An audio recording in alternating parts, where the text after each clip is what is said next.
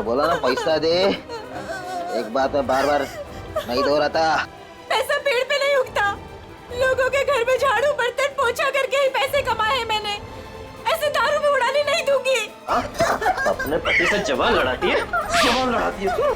काकी, हाँ अब आपके घुटनों में दर्द तो नहीं है ना? हाँ बेटा, तूने जो घुटनों के लिए दवा दिया था ना, उससे मेरा घुटना बिल्कुल ठीक हो गया। नमस्कार। नमस्कार, कैसे है? बस ठीक है। हाँ, बड़ी बड़ी बड़ी। ये नीता जी है, नमस्कार। ये नमस्ते। इस चाल में रहते। हाँ आइए।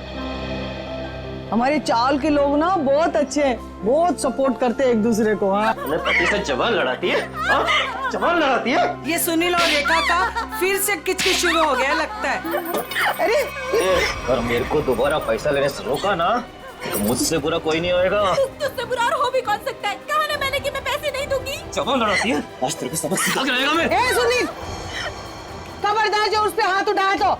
देख सविताई, ये मेरा और मेरे बाइकों का पर्सनल मामला है, बीच में कुछ नहीं बोलने का। इसको तो मैं ये तुम्हारा अकेले का मामला नहीं है, सगा साहिल से मामला है यहाँ। हाँ, अगर दोबारा दुखा को तुमने धमकी दी तो तुझे चाल के बाहर उठा के फेंक दूंगा मैं। हाँ, खबरदार, जो किसी ने मेरे मर्द को धमकी दी, वो जैसा भी है मेरा पति है और इसे कोई भला बुरा नहीं कह सकता। सुना तुमने? तुम्हारे इतने जुल्म बर्दाश्त करने के बावजूद भी ये अपना पत्नी धर्म निभा रही। क्या तुम एक पति होने का कर्तव्य पूरा कर पा रहे हो? देख, अगली बार ना तूने इस पे हाथ भी उठाया या उंगली भी उठाई ना तो तेरे को मैं जेल में भिजवा दूंगी, समझा? गलती हो गई, गलती हो गई, चल जाओ भाई। माफी हमसे नहीं, अपनी पत्नी से मांगो। अरे बस जाने दो, चलो नहा लो, मुझे भी काम के लिए निकलना है। चलिए अच्छा है, सुनील को अकल आ गई आज। सुनील को तो सबक मिल गया, लेकिन इन दोनों का झगड़ा देखकर ना मेरे को मेरे पुराने दिन याद आ गए। आपके पति भी? हाँ, बहुत शराब पीता था, हर वक्त नशे में रहता था, और जब नशे में नहीं रहता था ना तो इसी तरह जबरदस्ती मेरे से पैसा मांगता था। और आप पैसे दे देती थी? हाँ, क्या करती? और जब मैंने पैसा देना बंद किया ना तो मेरे सारे गहने, कपड़े, घर का सारा सामान, यहाँ तक कि घर का पूरा अनाज भी बेचना शुरू कर दिया। और फिर एक दिन यही शराब उनको मुझसे दूर ले गई और लीवर फेल हो गया। आई एम सॉरी, मुझे ये सब नहीं पता था। अब आपके पति के बाद आपके घर में कौन कौन है? मेरे 2 बच्चे थे, अनुज और कशिश। भगवान भी इतना निर्दयी है ना, एक एक्सीडेंट में मेरे 2 बच्चों को मुझसे छीन लिया। मैं समझ सकती हूँ कि अपने को खोने का गम क्या होता है। हौसला रखिए, आने वाले दिन खुशियाँ ही खुशियाँ लेकर आएंगी। कल की इसी उम्मीद पे तो मैंने ये एनजीओ की स्थापना की थी और चाल के सारे परिवार वालों को मैंने अपना परिवार माना। काकी, आप बहुत ही नेक काम कर रही हैं। अच्छा अभी रहने दे, ज्यादा तारीफ मत कर मेरी। हाँ चल अंदर चल, मैं तेरे को ना गरम गरम चाय पिलाती हूँ। हाँ अरे नहीं काकी, मुझे ना लेट हो रहा है और आज ही मुझे कॉलेज भी जाना है अपने थीसिस का फॉर्म भरने। तो हम शाम को मिलते हैं चाय पे? पक्का ना? संभल के जाना। हाँ? आज तो बहुत लेट हो गई।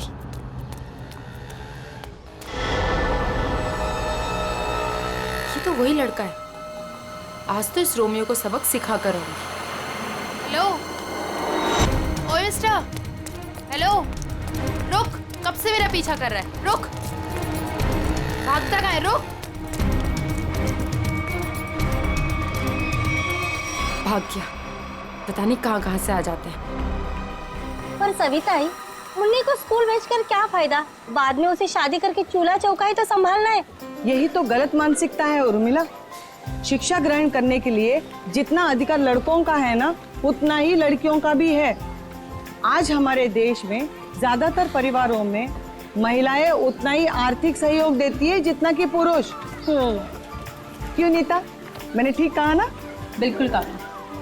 आज के जमाने में स्त्री का अस्तित्व उसके पिता या पति पे निर्भर नहीं करता। लड़की को भी पूरा अधिकार है कि वो अपनी पहचान बना सके और समाज के साथ कंधे से कंधा मिलाकर आगे बढ़ सके।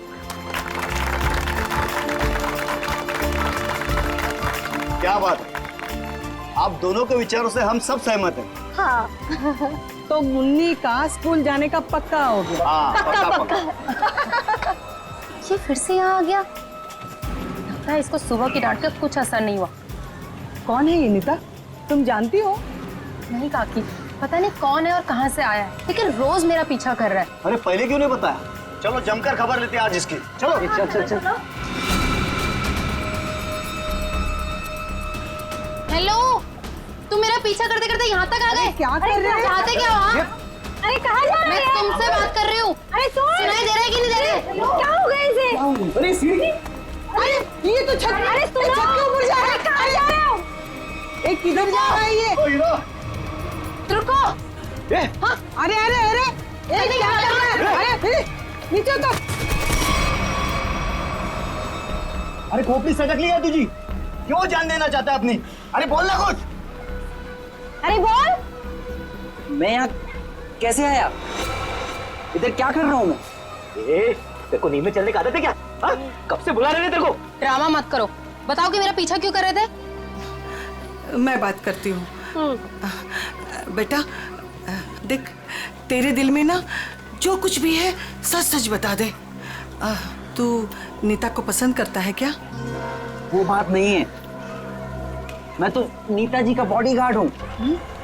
इनके पिताजी ने मुझे इस काम पर रखा था कि इनकी मैं रक्षा करूं। उन्होंने ये भी कहा था कि इनको पता न चले। झूठ मत बोलो, मेरे पापा मुझसे बिना पूछे कुछ नहीं कर सकते। मैं सच कह रहा हूँ, ये मेरा आईडी कार्ड।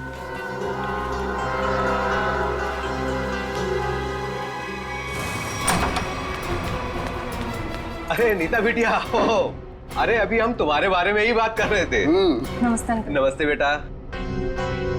क्या बात है बेटा, अंकल से नमस्ते और पापा से हेलो हाय कुछ भी नहीं? मैं आपसे बहुत नाराज हूँ। ऐसा मैंने क्या कर दिया? आप जानते हैं ना कि मैं मंगलावाड़ी चौल में अपनी रिसर्च कर रही हूँ। मुझे उन लोगों के रहन सहन, उनका गुजर बसर वो सब जानना है, इसलिए तो मुझे उनके बीच में रहना पड़ रहा है। हाँ बेटा, तो मैंने आपको अनुमति दे तो दी थी ना चौल में रहने की। अनुमति दी, वो ठीक है, लेकिन वो बॉडीगार्ड, वो मेरे पीछे क्यों आ जाता है बार बार?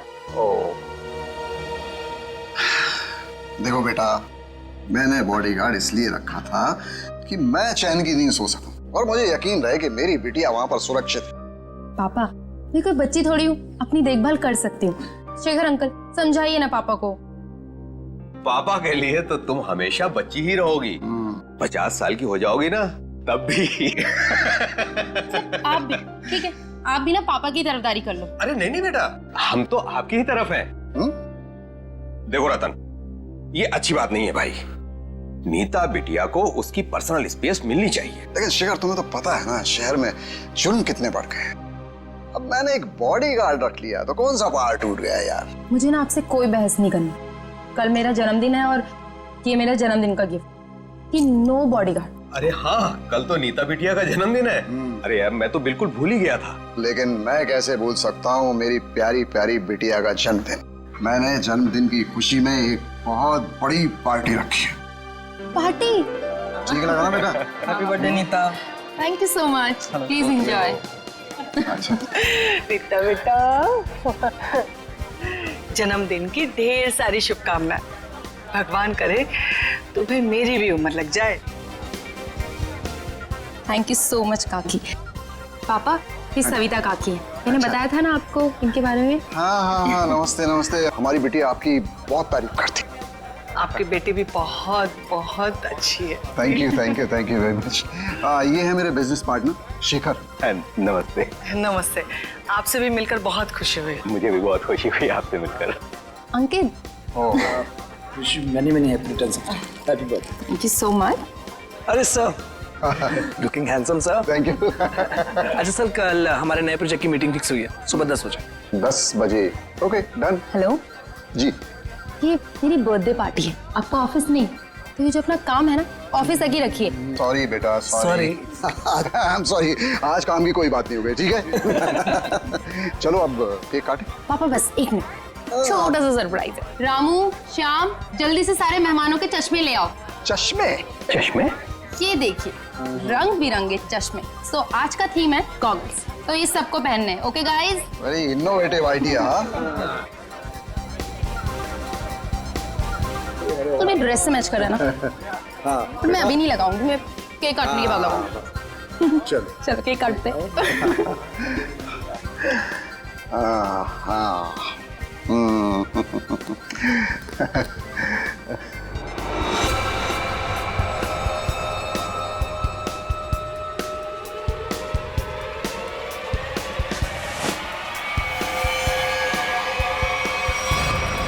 गन?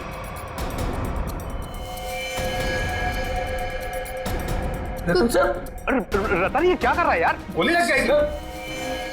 ये असली की नकली यार? Good bye Shekhar. Ratan good bye रतन।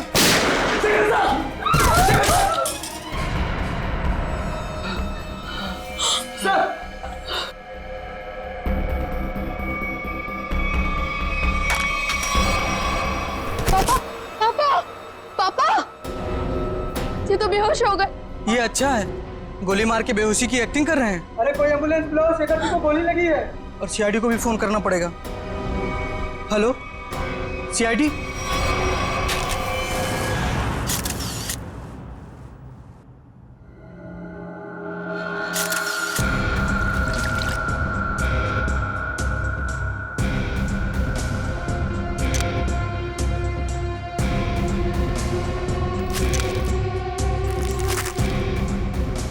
गोली सीधे सीने पे मारी गई है।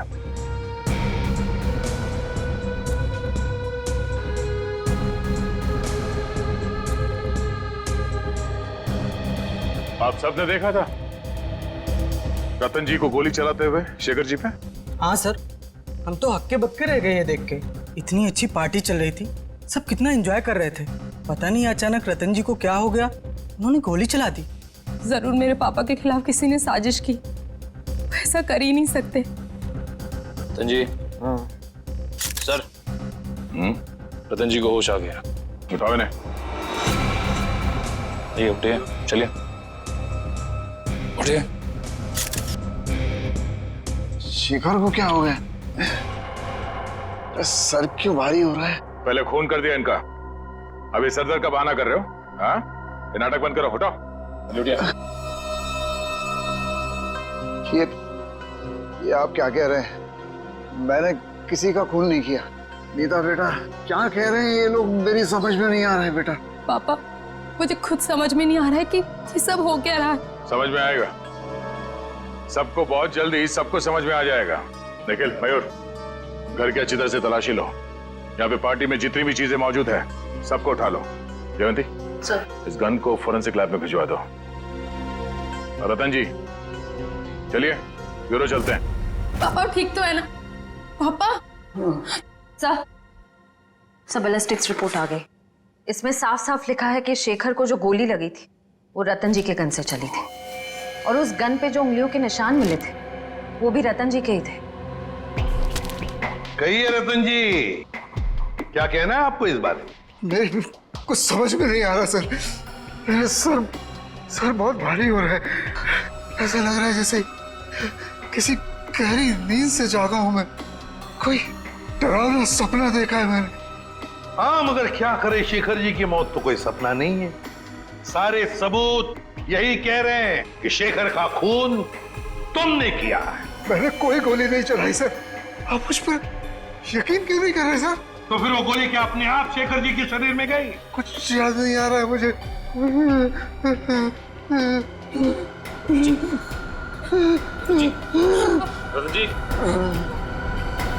मैंने कहा था ना आपसे कि मेरे पापा दिल के मरीज हैं, उन्हें टेंशन मत दीजिए। सर मैं एम्बुलेंस को फोन करता हूँ। नहीं, अपनी गाड़ी में लेकर चलो, हॉस्पिटल में एडमिट करो जल्दी। चलिए। मैं भी चलती हूँ साथ में। नहीं, आप नहीं जाएंगी। उन्हें पहले एडमिट होने दो, बाद में मैं भी चलूंगा तुम्हारे साथ। प्लीज सर, मेरे पापा को छोड़ दीजिए। अगर तुम्हारे पापा ने कुछ भी नहीं किया है तो उन्हें कुछ नहीं होगा। अच्छा एक बात बताओ, रतन जी का कोई झगड़ा वगड़ा था पहले से शेखर जी के साथ, या फिर कल पार्टी में कोई झगड़ा वगड़ा हुआ था? नहीं सर, वो तो पार्टी में बहुत एंजॉय कर रहे थे। अच्छा, क्या तुम्हारे पापा के बर्ताव में कुछ तुम्हें थोड़ा अजीब सा लगा? कभी आदमी कोई टेंशन में होता है या वैसे कुछ? हाँ सर, कोई झगड़ा तो नहीं हुआ था, लेकिन उनका मूड थोड़ा सा चिड़चिड़ा था और वो शेखर अंकल को कुछ कह भी रहे थे। तुमने काम सही से नहीं किया, वो वापस आ गया। वो वापस आ गया? ये कौन? सर नाम तो नहीं लिया था। अच्छा, ये बातचीत कब हुई थी दोनों के बीच? कल हुई थी, एनजीओ से लौटने के बाद। एनजीओ? कौन सा एनजीओ है ये? मेरी बड़ी बहन सानिया की मौत के बाद पापा ने एक एनजीओ खोला था, जहाँ पे हम गरीब लोगों को रोटी, कपड़ा और रहने के लिए छत देते हैं। कहाँ है ये एनजीओ? नमस्कार साहेब, मी कपिल, यहाँ एनजीओ मॅनेजर आहे। आप ये बताएंगे कि इस एनजीओ में आप कब से काम कर रहे हैं? पहले दिन से, जब रतन जी ने सानिया मैडम की याद में इस एनजीओ की स्थापना की थी। फिर तो आप काफी करीब से जानते होंगे शेखर जी और रतन जी को। हाँ जी, एनजीओ में काम करने वाले सभी लोगों को अपना परिवार का सदस्य मानते थे। हमेशा आकर हमसे हमारे सुख दुख के बारे में पूछते थे और अपने सुख दुख बांटते भी थे। ये तो बहुत अच्छी बात है। फिर तो आप ये भी जानते होंगे कि शेखर जी और रतन जी के बीच में किस बात को लेकर टेंशन चल रही थी? नहीं साहब, ऐसा कहीं ना थे। वो दोनों बिजनेस पार्टनर कम और भाई समान ज्यादा थे। भाई समान थे? तो फिर रतन जी ने शेखर जी का खून क्यों कर दिया? जरा दिमाग पे जोर डालिए और सोच के बताइए कि शेखर जी और रतन जी के बीच में कुछ झगड़ा हुआ था या कुछ बहस हुई थी? ऐसा कई झाले नव्हते। लेकिन रतन जी की बेटी बता रही थी कि रतन जी और शेखर जी आपस में कुछ बातें कर रहे थे कि कोई आया है। कौन वापस आया है? कुछ पता है आपको? हाँ, वो ये दोनों यहाँ बात कर रहे थे इसके बारे में, जब मैंने उस अजीब घटना के बारे में बताया उन्हें। अजीब घटना? कैसी अजीब घटना? कुछ दिन पहले एक आदमी ने मुझे फोन किया था, कहा शेखर जी और रतन जी ने उसे काम पे रखा है और उसने अपना अपॉइंटमेंट लेटर मेल किया कंपनी के लेटरहेड पे, प्लीज चेक कर लीजिए। दूसरे दिन से वो काम पे आने लगा और सब फाइलें वगैरह चेक करने लगा। कौन सी फाइलें चेक कर रहा था? सारी फाइलें, टैक्स की फाइलें, अकाउंट्स की फाइलें, और हाँ, रतन जी और शेखर जी के जिंदगी के बारे में काफी सवाल पूछे। फिर क्या, बस लंच ब्रेक में खाना खाने के बहाने बाहर चला गया और वापस ही नहीं आया। जब भी मैंने इस घटना के बारे में दोनों बॉसेस को बोला तो उन्होंने कहा कि हमने किसी को काम पे रखा ही नहीं है। इतनी मेहनत करके आया था पूछताछ करने के लिए, जरूर इस जुर्म में उसका हाथ है। शेखर जी ने रतन जी को कहा कि वो वापस आ गया है, तुमने अपना काम बरोबर किया नहीं है। इस आदमी का चेहरा तो देखा था ना आपने, हमारे लिए स्केच बनवाई। साहिब, दरअसल बात यह है कि उस दिन मैं अपना चश्मा घर में भुलाया था और चश्मे के बगैर मुझे तो कुछ दिखता ही नहीं है। सामने कुर्सी पड़ी की गाड़ी पड़ी, मेरे को वो भी नहीं दिखता। सर, एक बात तो तय है, ये जरूर इन दोनों के अतीत से जुड़ा हुआ ही कोई आदमी है। एग्जैक्टली, इसीलिए तो बड़ी आसानी से इस अनजान आदमी को उन्होंने पहचान लिया। इस नए मोहरे से जल्द मिलना होगा। सर, हाँ, पता चला एनजीओ से किसका फोन था जिसकी वजह से इन दोनों के बीच में अनबन हो गई? सर, एनजीओ वालों को उसका नाम तो नहीं मालूम, लेकिन उनका कहना था कि कोई आदमी आया था, अनजान आदमी, जो काफी सवाल जवाब कर रहा था वहां पे। यह आदमी जरूर रतन ने जो अपने बेटी सानिया के नाम पे एनजीओ चलाया उसी से संबंधित है। रतन और शेखर दोनों इस आदमी के बारे में जानते थे और इसीलिए इन दोनों के बीच में बहस हो गई। सर, कहीं ये जो भी चीजें हो रही हैं, इन सबका संबंध सानिया की मौत से तो नहीं? नीता, बेटा एक बात बताओ, तुम्हारी बहन की मौत कैसे हुई? दीदी ने आत्महत्या की थी। क्यों? मालूम नहीं। मालूम नहीं मतलब? मैं उस वक्त हॉस्टल में थी, घर पे क्या हो रहा है क्या नहीं, सबसे अनजान। अच्छा, जब आपकी बहन ने आत्महत्या की तो उस वक्त क्या आप हॉस्टल में थी? उस वक्त तो मैं घर पे थी, छुट्टियां मनाने के लिए आई थी। मुझे आज भी वो दिन याद है जब मैं और पापा मॉल से शॉपिंग कर कर आए और जैसे ही पापा ने दरवाजा खोला। सानिया बेटा,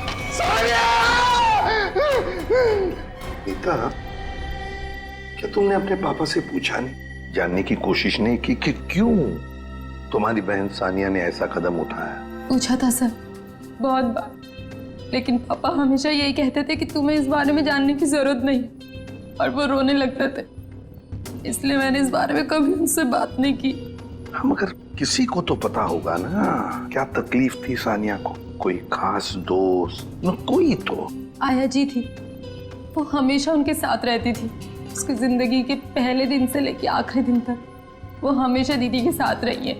जी ये आया रहती कहाँ है? उसी चौल में जहाँ मैं रिसर्च कर रही हूँ। अभी भी पापा उनकी तनख्वाह हर महीने बराबर पहुँचा देते। प्रदीप क्या चल रहा है तुम्हारा? अभी तक गिनती चालू है? आई एम सॉरी सर, पता नहीं क्यों मगर मुझे एक चश्मा कम लग रहा है। एक चश्मा कम लग रहा है मतलब?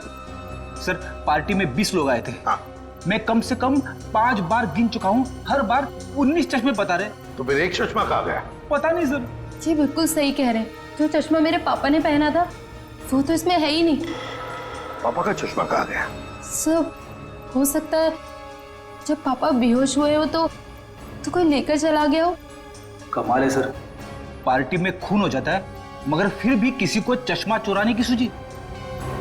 एक बात और सर, बिल्कुल उसी तरह का चश्मा मेरे बॉडीगार्ड ने भी पहना था जब वो चौल की छत से कूदकर खुदकुशी करने वाला था।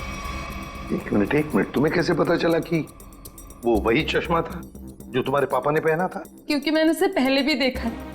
वो कभी चश्मा नहीं पहनता, लेकिन उसने चौल की छत से जब वो कूद रहा था तो उसने उसी तरह का चश्मा पहना था। वो चश्मा ही मनूस है। सर इस चश्मे का खून के साथ क्या कनेक्शन हो सकता है? सचिन कोई ना कोई कनेक्शन तो जरूर है, कुछ ना कुछ तो गड़बड़ है, कुछ ना कुछ तो गड़बड़ है इस चश्मे को लेकर। क्या नीता, क्या हमारे लिए तुम्हारे पिताजी के गॉगल का जो डिजाइन है वो बनवा सकती हो हमारे स्केच आर्टिस्ट से? जरूर सर। उन दोनों को कनेक्ट कर दो।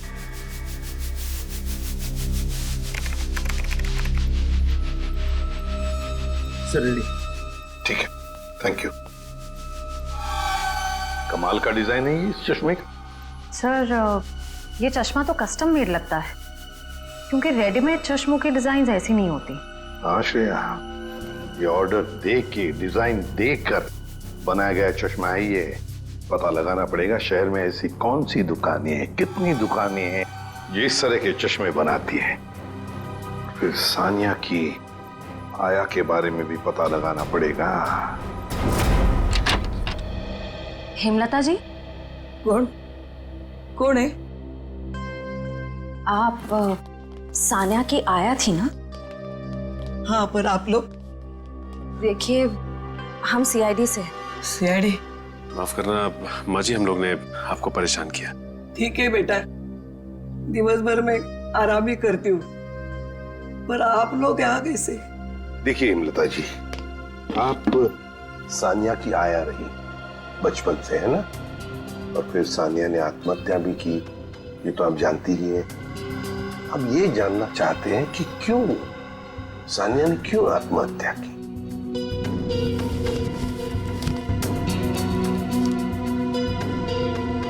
बहुत दिनों बाद इन बूढ़ी आंखों को आप लोगों ने नम कर दिया।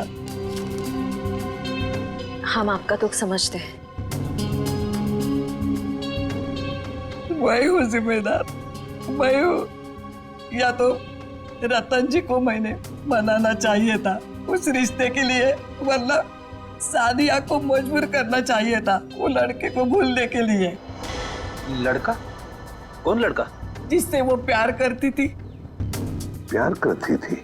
अच्छा, तो फिर हुआ क्या? वही अमीर गरीब लड़का गरीब था ना। एक दिन अचानक वो लड़का कहीं दूर चला गया।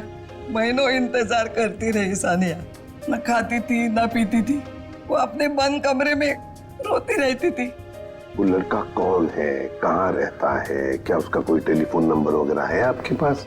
नहीं, सानिया ने कभी उसका नाम या पता नहीं बताया अभी। चल ठीक है, कोई बात नहीं। सॉरी, हमने आपको बहुत तकलीफ दी। आराम कीजिए। सर, सोच रही हूँ दया सर के लिए एक चश्मा ले लूं। दया का बर्थडे आने वाला है क्या? नहीं सर, वो हमेशा ना मुझसे उखड़े उखड़े रहते हैं, इसीलिए। अच्छा, गिफ्ट देके उनको खुश करना चाहती हो? नहीं सर, उन पे बहुत अच्छा लगेगा, इसलिए। बाद में देखते हैं। एक्सक्यूज मी, जी कहिए, किसके लिए चश्मा दिखाऊं? एक मुजरिम के लिए। मुजरिम के लिए चश्मा? मैं कुछ समझा नहीं। जरा ये डिजाइन देखो चश्मे की। ये आपने ही बनाया था ना? जी हाँ। आपको पसंद है? आप लोगों के लिए भी बनवा दूं? नहीं नहीं, आप हमें माफी कीजिए। आपका बनाया हुआ ये चश्मा पहनकर लोग उल्टी सीधी हरकतें करने लगते हैं। कोई छत पे पहुंच जाता है छलांग लगाने, तो कोई किसी को गोली मार रहा है। क्या मजाक कर रही हैं आप? ये सब मेरे चश्मे की वजह से हो रहा है? हम मजाक के मूड में नहीं है। सीआईडी? अब जरा ध्यान से बताओ, किसके लिए बनाया था ये? एक मिनट सर। सर, ये कोई अभिषेक नाम का आदमी था। क्या बात है सर, नाम भी है, एड्रेस भी और फोन नंबर भी है। कॉल करो सर। जी।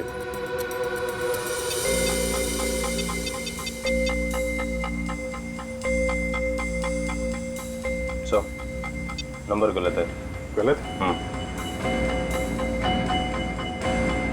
लगता है एड्रेस भी गलत है। दिल दरिया कॉलोनी। दिल दरिया कॉलोनी कभी सुना है आपने? कहीं कहाँ पे है मुंबई में? सॉरी सर, मैंने एड्रेस ठीक से देखा नहीं था। आंखों का बिजनेस करते हो तुम? आदमी को तो देखा होगा ठीक से। दरअसल सर, मैं उस वक्त दुकान पर नहीं था। मेरा कारीगर जगनलाल था, उसने ही अभिषेक को देखा था। बुलाइए जरा ये जगनलाल जी को। जगनलाल जी साहब, ये लोग सीआईडी से हैं। जरा इन्हें बताओ, ये खास डिजाइन वाला चश्मा किसने बनवाया था? साहब, वो बड़ा ही अजीब आदमी था। बड़ी सी टोपी पहन रखी थी, आंखों पर काला चश्मा लगाया था, और ना जाने कितने दिनों से उसने दाढ़ी नहीं की थी। काफी लंबी दाढ़ी थी उसकी। ओह, नाम और एड्रेस की तरह हुलिया भी नकली। कुछ और याद आता है इस आदमी के बारे में? हाँ सर, अक्सर जो लोग चश्मा बनाते हैं ना, वो सामान हमारे दुकान से ही लेते हैं, लेकिन वो खुद अपना सामान लेके आया था।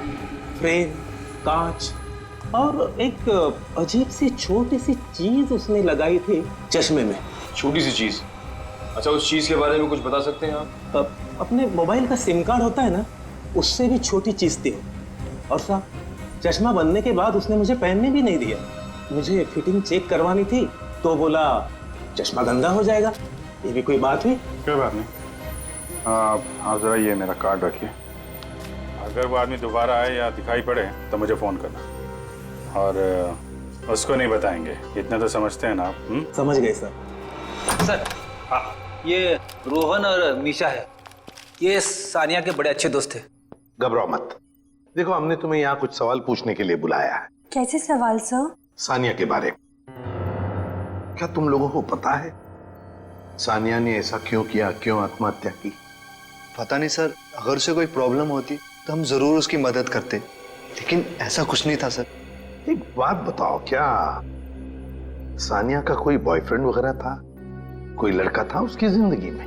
हाँ सर, एक लड़का तो था, मगर उसने कभी हमें उससे मिलवाया नहीं। क्यों?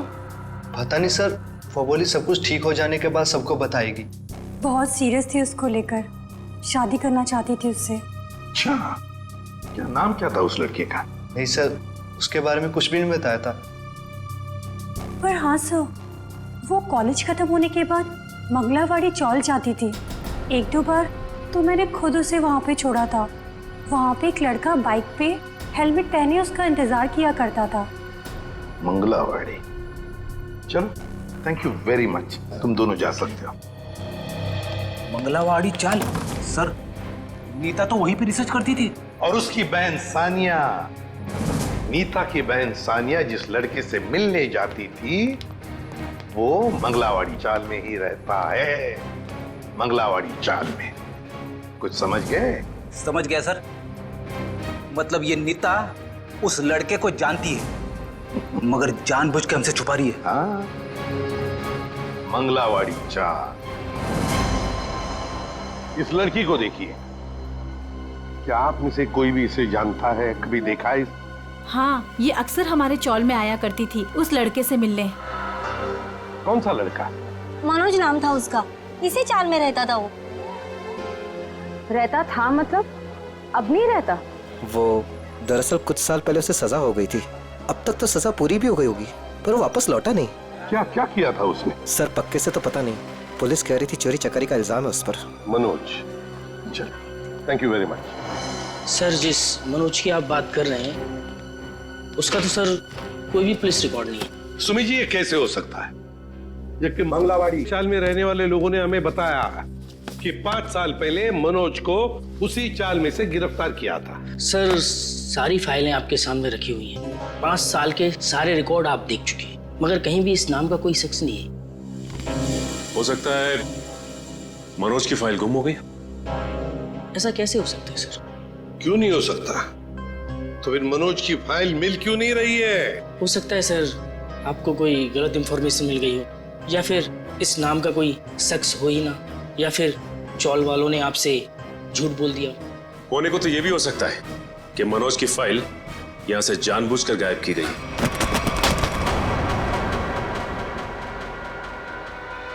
रवि जी, क्या हुआ? तबीयत बिगड़ गई क्या? ये अचानक पसीना क्यों आने लगा? अरे कांपने क्यों लगे तुम? और अचानक ये फाइल छूट कैसे गई तुम्हारे हाथ से? नहीं सर, ऐसी कोई बात नहीं है। हमसे कोई भी कुछ भी छुपा नहीं सकता। बताओ क्या बात है? भागता किधर? लगता है सर ये बिना दवा खाए इसकी बीमारी ठीक होगी नहीं।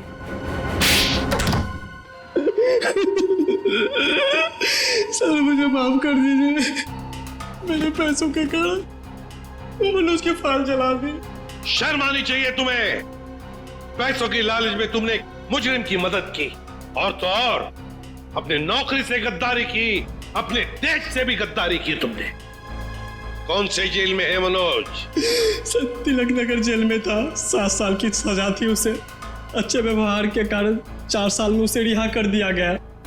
सर अगर वो अच्छे बर्ताव के लिए रिहा हो ही रहा था तो फिर रिकॉर्ड नष्ट करने के लिए उसे घूस देने की क्या जरूरत थी? सचिन, शेखर और रतन, इन दोनों के बीच में जो बहस हुई थी उसमें शेखर बोल रहा था कि वो वापस आया है, तो फिर जरूर वो मनोज के बारे में बात हो रही थी। सर उस चश्मे वाले का फोन। हाँ सर, मैं जगन्नाथ चश्मे वाला। सर अभिजीत सर का फोन नहीं लग रहा था, इसलिए मैंने आपको फोन किया। हाँ बोलिए। सर वो आदमी फिर आया था चश्मा बनाने। अब इस वक्त कहाँ है वो आदमी? सर वो जाते वक्त फोन पे बात कर रहा था, कह रहा था कि किसी विद्युत नगर जा रहा है, सेक्टर 5। विद्युत नगर? नीता भी तो विद्युत नगर में रहती है। माय गॉड, मतलब नीता की जान को खतरा है। हाँ एसीपी सर, हम नीता के घर पहुंच गए हैं।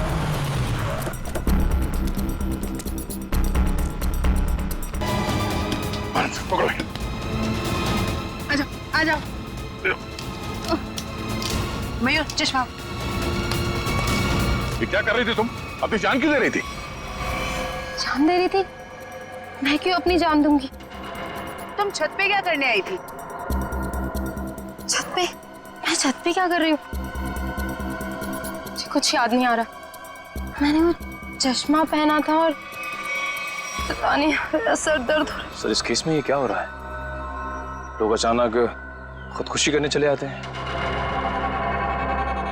सारे हादसों में एक चीज कॉमन है, ये चश्मा। ये चश्मा पहनने से पहले क्या हुआ था वो तो याद है ना तुम्हें? हाँ सर। नीता, मुझे पता है तुम पर क्या बीत रही होगी, लेकिन तुम चिंता मत करो, सब ठीक हो जाएगा। काकी, ये क्या है? ऐसी हालत में मुझे ये गिफ्ट तुम्हें देते हुए बहुत अजीब लग रहा। गिफ्ट?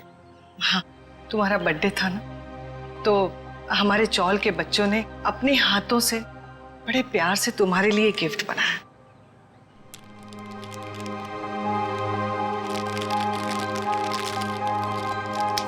चश्मा?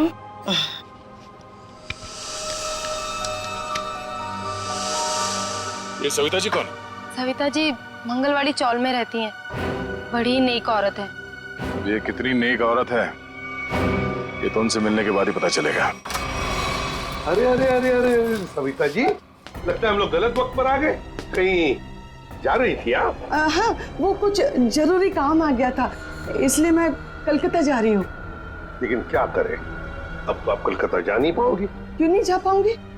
वो क्या है ना कि मुजरिमों को यहाँ खुले घूमने की आजादी नहीं। मुजरिम? कौन मुजरिम? शराफत का नकाब उतार। नीता ने हमें सब कुछ बता दिया है। मेरे को कुछ काम है, मैं आती। अब तक तुम्हारी उम्र का लिहाज करें। मुझे सख्ती बरतने पे मजबूर मत करो प्लीज। बताइए। मैंने जो कुछ किया अपने बच्चों के मौत का बदला लेने के लिए किया। बच्चों की मौत का बदला? हाँ, नीता के पिता रतन ने मेरे दोनों बच्चों को मार डाला अपने बिजनेस पार्टनर शेखर की मदद लेके। जान ली? लेकिन क्यों? क्योंकि उसको गलतफहमी हो गई थी कि मेरा बेटा तनुज वही लड़का है जिसे उसकी बेटी सानिया प्यार करती थी। क्यों हुई ऐसी गलतफहमी? क्योंकि एक दिन तनुज सानिया को घर छोड़ने गया था तो रतन ने देख लिया और वो गलत समझ बैठा। फिर शेखर ने गुंडे भेजे इधर मेरे घर पे मेरे दोनों बच्चे तनुज और कशिश को मार डाला। मैं उस टाइम पे घर पे नहीं थी इसलिए जिंदा बच गए। मगर नीता ने क्या बिगाड़ा था तुम्हारा? उसे क्यों सजा दी तुमने? क्योंकि रतन ने मुझसे मेरे बच्चे छीने साहब। उसको वही दर्द देना चाहती थी। मनोज कहाँ पर है? मनोज? कौन मनोज? वही मनोज जिसने तुम्हें बदला लेने में मदद की थी। साहब मेरे को नहीं मालूम। बताना तो पड़ेगा ही। ये जादू वाला चश्मा कहां से बनवाया? मनोज कहां पर है? आइए आइए जनाब, आप ही का तो इंतजार था। आइए। बड़े खुश नजर आ रहे हो, क्या बात क्या है? बात ही ऐसी बॉस, आज मैं आपको एक कमाल का जादू दिखाता हूँ। देख साउंड के मेरे पास मजाक करने के लिए वक्त नहीं है, जल्दी बता। अरे यार 2 मिनट, हमेशा काम करते रहते हो, जरा जादू देखो प्लीज प्लीज। तारेगा लेके आओ। देखो देखो देखो क्या होता है, देखो। ये लीजिए। Very good. सचिन यार तुम ये जरा चश्मा पहन लो। चश्मा? लेकिन मैं ही क्यों सर? अरे पहनो पहनो, मैं हेल्प करता हूँ तुम्हारी।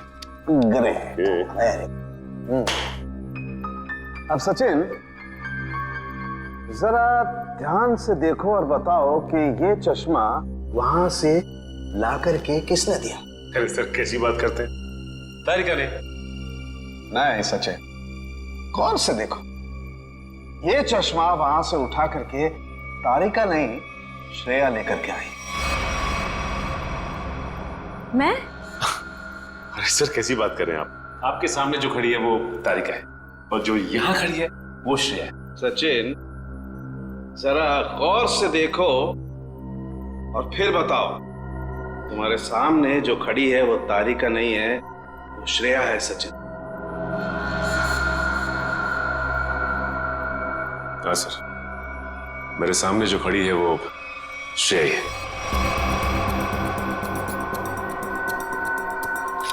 सचिन ये मेरी गन लो और तुम्हें इस गन के साथ क्या करना है सचिन तुम जानते हो ना? हाँ सर, मुझे अच्छी तरह से मालूम है कि इस गन के साथ क्या करना है। सड़के कुछ नहीं होगा। सड़के ऐसी मजाक मत कर प्लीज बिलीव मी। हाँ सचिन, तो पता है ना तुम्हें क्या करना है इस गन से? हाँ सर पता है।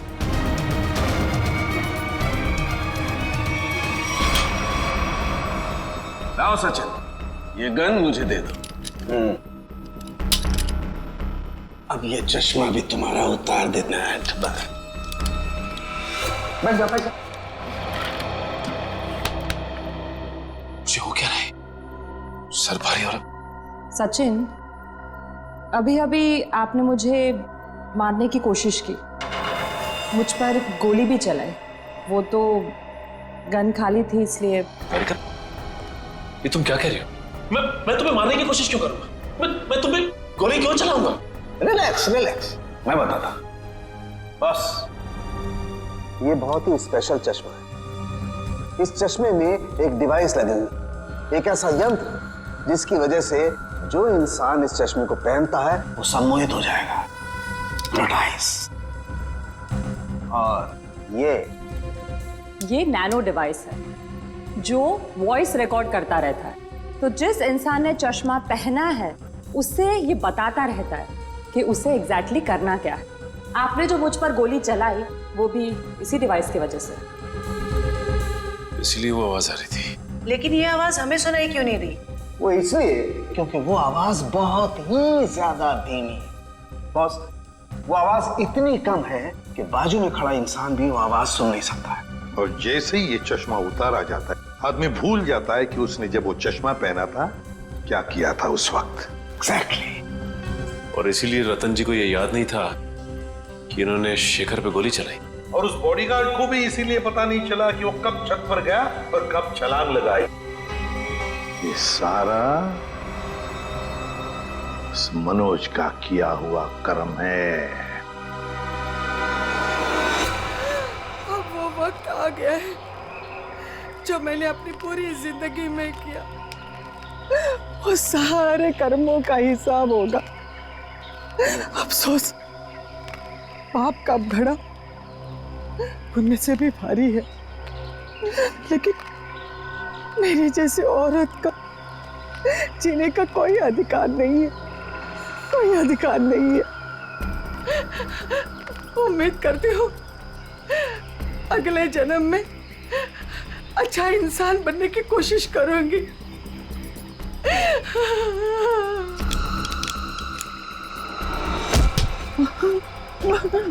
ये क्या कर रही है? उतार चश्मा, उतार। मेरा बच्चा आ गया। तूने जहर पिया? आई, ये क्या किया तूने? मेरे को नहीं पता मैंने ऐसा क्यों किया। बेटा मेरे को माफ कर दे, हमारे साथ इतना ही था। नहीं आई, आई नहीं, आई। जिस किसी ने भी तेरे साथ ऐसा किया है माँ, तेरी कसम उसे छोड़ूंगा नहीं मैं।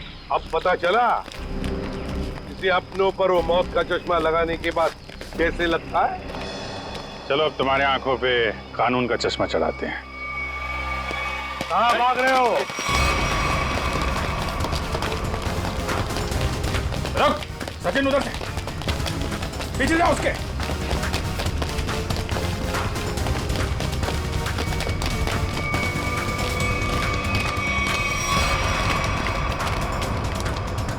Wish you many happy returns of the day. Happy birthday. Thank you so much. अब जेल की चक्की पीसने की तैयारी करो। सविता जी भले मेरी असली माँ ना थी, पर वो मेरे लिए मेरी माँ से भी बढ़कर थी। उनके बच्चों के मरने के बाद उन्होंने मुझे ही अपना बेटा माना था। मतलब तनुज और कशिश के बाद? हाँ, उन दोनों बच्चों की मौत कोई हादसा वादसा नहीं थी, बल्कि उनका खून हुआ था, जिसे किया था नीता के पिता रतन कुमार ने। और मुझे झूठे रॉबरी के केस में फंसाया भी उन्होंने ही था। इसलिए मैंने प्लान बनाया, बदला लेने का प्लान। और रतन की कंपनी में ही नौकरी कर ली, लेकिन रतन ने तुम्हें पहचाना नहीं? रतन और शेखर ने मुझे नहीं पहचाना, क्योंकि उन्होंने मुझे कभी देखा ही नहीं था। और इसी बात का मैंने फायदा उठाया, और जेल से छूटने के बाद ना ही मैंने सविता माँ के बच्चों का बदला लिया, बल्कि अपनी सान्या, जिसे मैं इतना प्यार करता था, उसकी भी मौत का मैंने बदला लिया। हमारे पास चले आते, हम तुम्हें न्याय दिलाते। कानून पर से तो विश्वास ही उठ गया था मेरा, इसलिए मैंने खुद ही न्याय करने की सोची। नीता से दोस्ती की, फिर उसे मार दिया। सान्या से प्यार करते थे तुम, इसे प्यार कहते हो? उसकी बहन की जान लेने चले थे तुम। वो तो अच्छा हुआ हम लोग इस वक्त पे पहुंच गए और उसे बचा लिया। क्या नीता जिंदा है? हाँ जिंदा है। बहुत कोशिश की ना तुमने उसे मारवाने की। उसके बॉडीगार्ड को भी वो चश्मा पहना दिया ताकि वो आत्महत्या कर ले, मगर नहीं, तुम्हारा प्लान वैसे ही फेल हो गया। हाँ, मगर रतन का प्लान फेल नहीं हुआ। मैंने वेटर के जरिए उसे खूनी चश्मा पहनाया और उसी के जरिए उसी के दोस्त को मरवा दिया।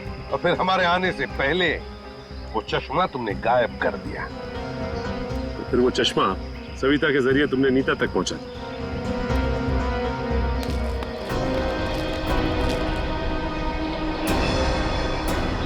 माँ, तू जिंदा है? मैं जिंदा हूँ। मेरे को माफ कर दो मनोज बेटा, ये सब कुछ मुझे सीआईडी को बताना पड़ा। इन्होंने जो कुछ भी किया हमारे कहने पे किया। अपना बदला पूरा करने के लिए तुमने बहुत नाटक किया, और तुम्हारी असलियत सामने लाने के लिए हमने भी एक छोटा सा नाटक किया। क्या मिला तुम्हें?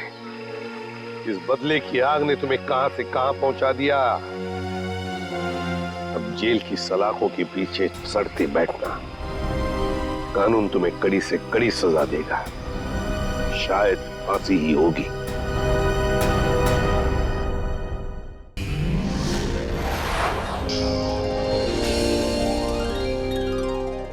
ऐसे और भी मजेदार वीडियो के लिए हमारे चैनल को लाइक, शेयर और सब्सक्राइब करें।